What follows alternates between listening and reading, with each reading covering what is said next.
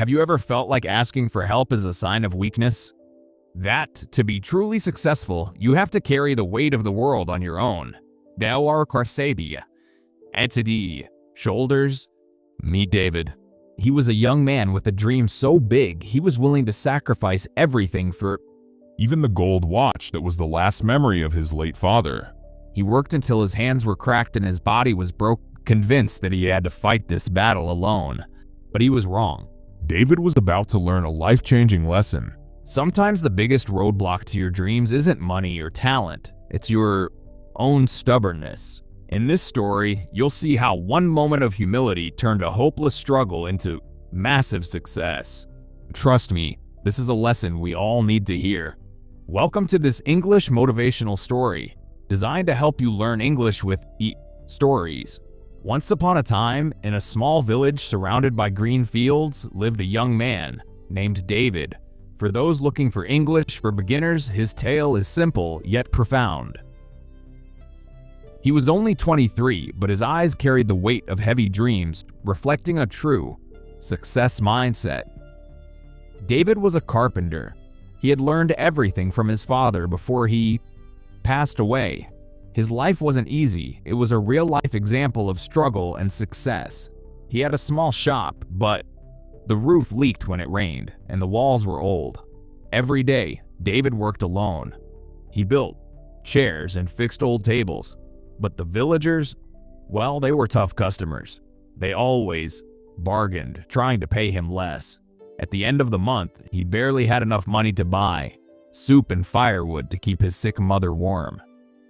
But David had a secret.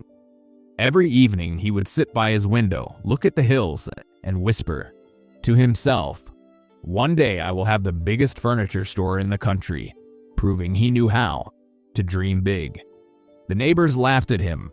One farmer told him, "David, look at your shoes. You can't even afford new boots and you dream of a big store?" Those words hurt, but David stayed quiet. He wanted to prove them wrong, showing the power of silence. One day, a traveling merchant named Mr. Aziz came to the village. He saw David's work and gave him a challenge. "Build me a large dining table," he said. "I need it in 1 week." This was David's big chance, a pivotal moment for his career growth. But halfway through, disaster struck. He ran out of wood. When he went to the supplier, the prices had doubled because of the winter cold. David didn't have enough money. He felt helpless.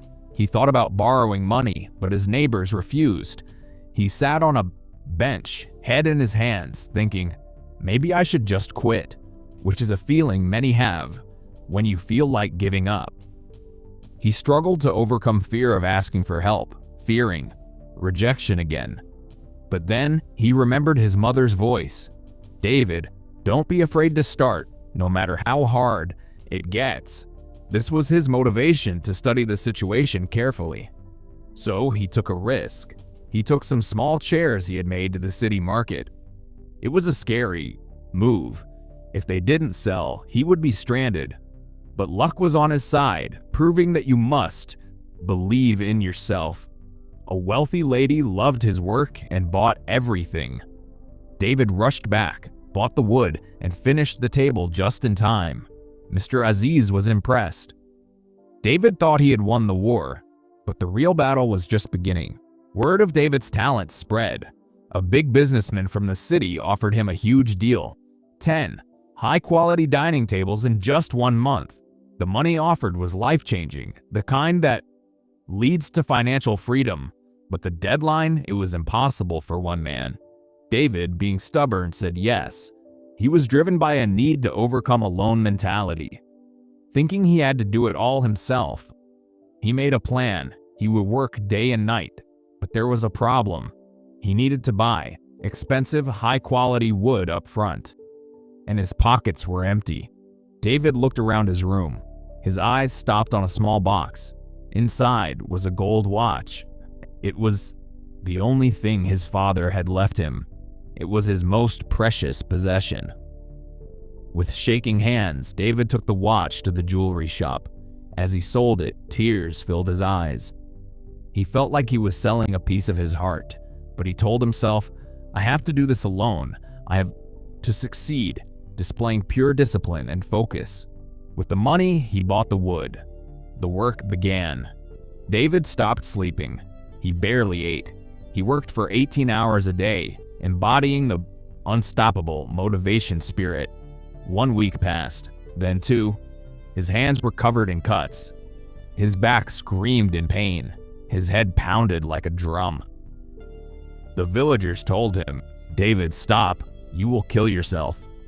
But David didn't listen. He was obsessed. "I don't need anyone," he thought. "I can handle this."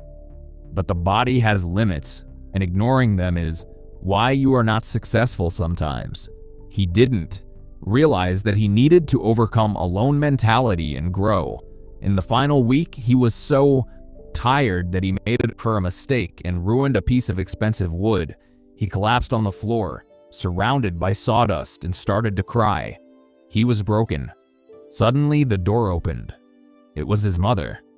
She walked in slowly and saw her son on the floor. She didn't get angry. She sat beside him and touched his shoulder. "David," she whispered, "look at you." David wiped his tears. "Mom, I just want to give us a better life. I want to prove I can do it." His mother smiled sadly. She said, "You have already proven you are hardworking. But son, look at this heavy table. Can you lift it alone?" David shook his head. "No." "Exactly," she said. "Life is like this table. It is too heavy to carry alone. Remember, asking for help isn't weakness, David.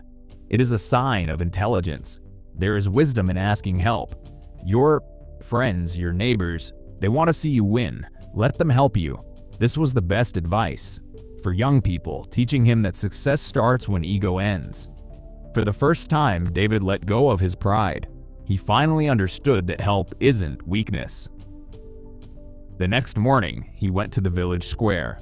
He didn't brag. He simply asked, "I need help." To his surprise, they didn't laugh. The blacksmith came to sharpen his tools. The young boys helped sand the wood. Even the farmer who once mocked him brought food for everyone. Together, they finished the order 2 days early, showing the power of teamwork and leadership. When the businessman came, he was amazed by the quality. He paid David the full amount, plus a bonus.